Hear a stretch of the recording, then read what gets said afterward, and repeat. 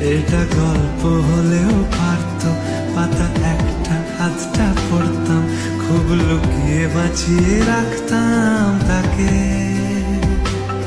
জানি আবার আসবে কালকে, নিয়ে পালকি পালকি ভাবনা, ফের চলে যাবে করে একলা আমাকে। বোঝে না সে, বোঝে না, বোঝে না